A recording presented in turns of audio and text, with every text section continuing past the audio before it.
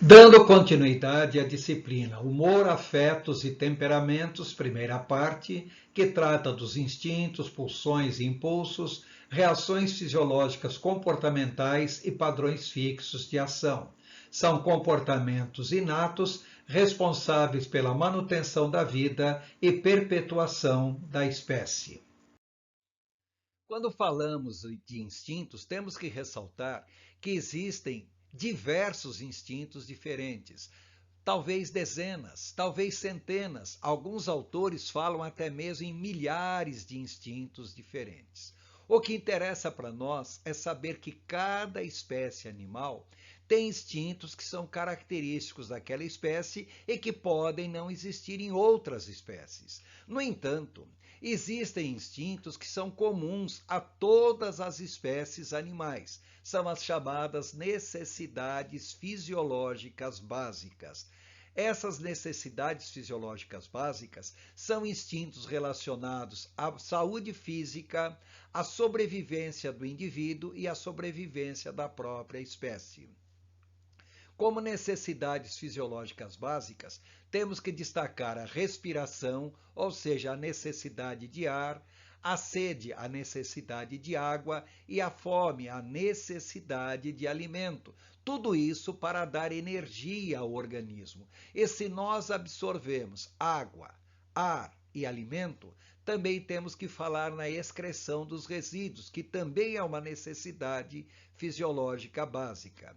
Além disso tudo, entre as necessidades fisiológicas básicas, temos que mencionar também o calor e o conforto físico, que servem para dar equilíbrio ao organismo. Temos que ressaltar a atividade física, o descanso e o sono, que servem para restaurar energia, restaurar o próprio organismo.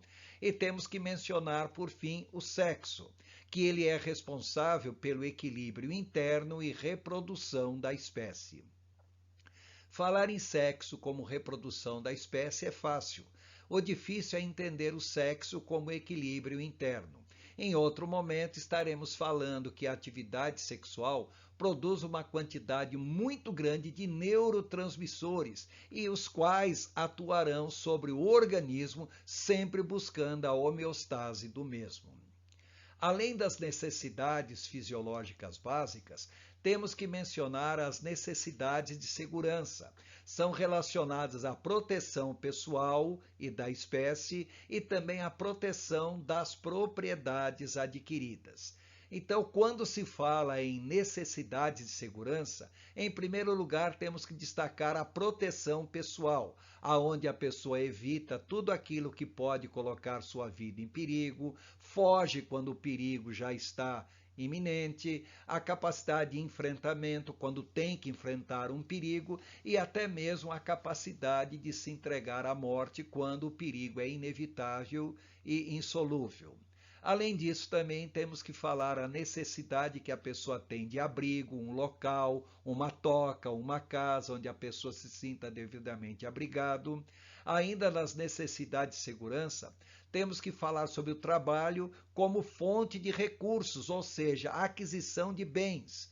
Temos ainda que falar na segurança dos bens adquiridos e das propriedades. E ainda temos que falar na moralidade e leis como forma de proteção pessoal e das propriedades adquiridas. Então, observe que, primeiramente, quando falamos em necessidades fisiológicas básicas, estamos falando em algo diretamente relacionado ao organismo. Quando falamos em necessidade de segurança, é a pessoa no seu meio ambiente em si, a necessidade que ela tem para poder viver e sobreviver no seu meio ambiente. Num terceiro grupo dos instintos, nós temos que mencionar as necessidades de relacionamentos sociais. Quando falamos relacionamentos sociais, são necessidades de associação e também necessidade de afetividade. Entre esses instintos estão pertencimento e vinculação. Toda pessoa nasce com o senso de que pertence a alguém e ao mesmo tempo é propriedade de alguém e a pessoa vai formar vínculos com quem convive. Esses vínculos normalmente surgem primeiramente nos relacionamentos primários, ou seja, no ambiente familiar. Depois, os vínculos se expandem pelos chamados relacionamentos secundários, amizades e outros grupos sociais nos quais as pessoas vão se envolvendo. E temos que mencionar ainda nas necessidades de relacionamentos sociais a busca de parceiros afetivos e sexuais. Agora não estamos falando sexo como reprodução, mas estamos falando sexo como afetividade. E temos ainda que mencionar nessas necessidades de relacionamentos sociais, porque todo relacionamento social vai implicar ou em domínio ou em submissão, ou em autoridade e governo, ou em submissão na realidade a alguma autoridade ou governo.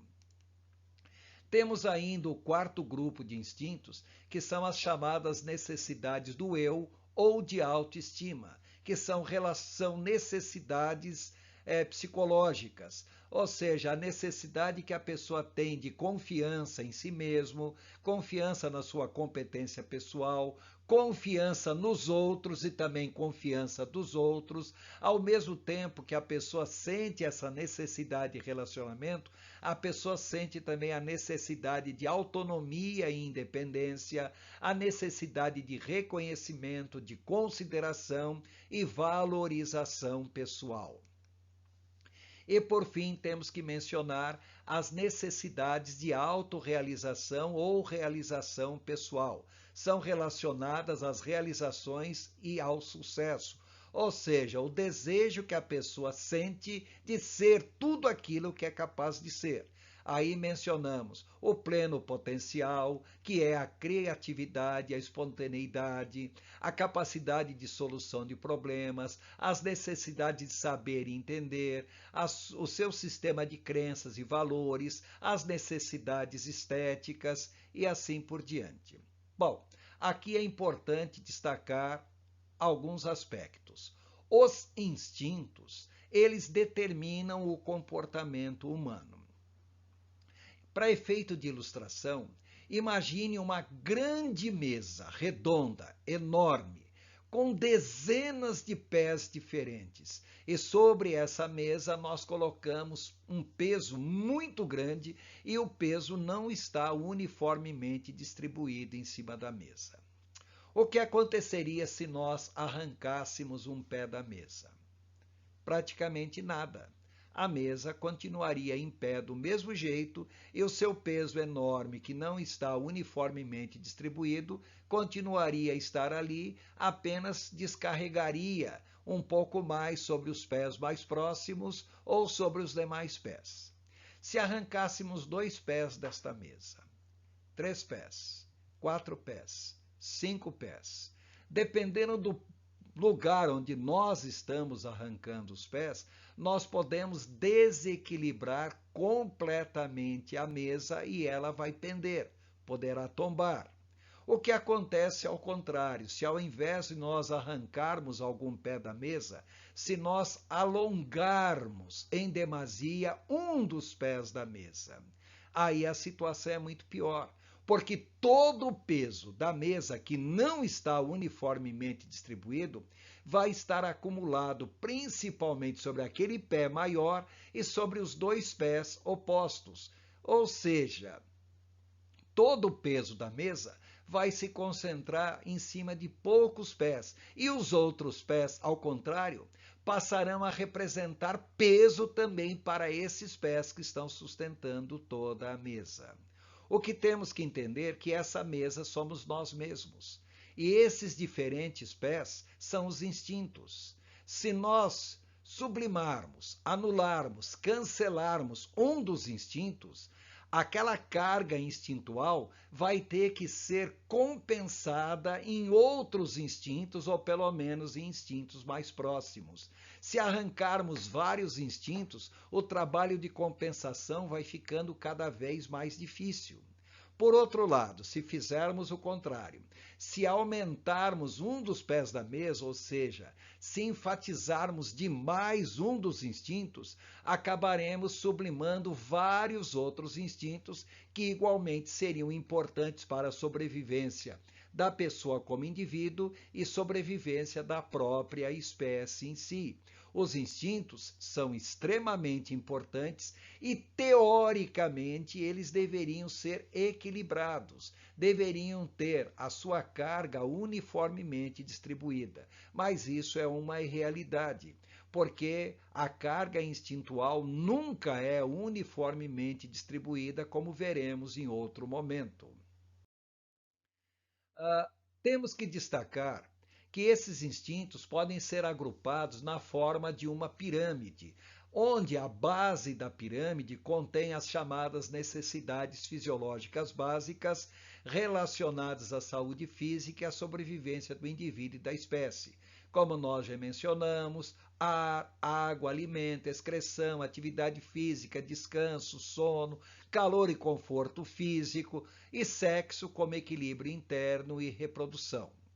Num nível mais elevado, colocaríamos as necessidades de segurança, relacionadas à proteção pessoal e da espécie e das propriedades adquiridas, que são proteção, a evitação, fuga, enfrentamento, morte, o abrigo ambiental, o trabalho como fonte de recursos, segurança dos bens adquiridos e da propriedade, moralidade e leis para a proteção pessoal e da propriedade. Em nível mais elevado estão as chamadas necessidades de relacionamentos sociais. São relacionadas à associação e à afetividade, como pertencimento e vinculação, relacionamentos primários, ligados à família em si, relacionamentos secundários, amizades e outros grupos sociais, e busca de parceiros afetivos e sexuais. Num quarto nível mais elevado, existem as chamadas necessidades de autoestima. São relacionadas às necessidades psicológicas, como confiança em si, competência pessoal, confiança nos outros e dos outros, autonomia, reconhecimento, consideração, valorização social. E, por fim, teríamos as chamadas necessidades de autorrealização, relacionadas às realizações e ao sucesso, como o pleno potencial, a criatividade, espontaneidade, a capacidade de solução de problemas, a necessidade de saber e entender as coisas, a existência de um sistema de crenças e valores e também as chamadas necessidades estéticas. Tudo isso leva a pessoa a ter o desejo de ser tudo aquilo que é capaz de ser.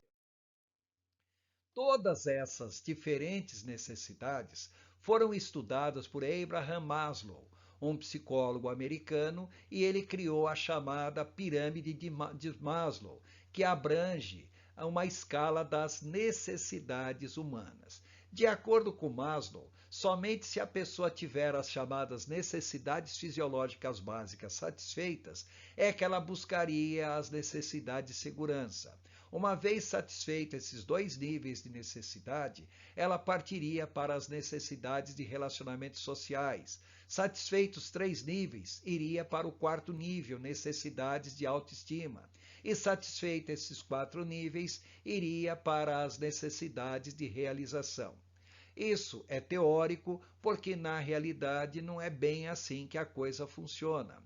Nem sempre a pessoa dará devida ênfase a uma necessidade num nível mais baixo antes de buscar a satisfação da necessidade de um nível mais alto.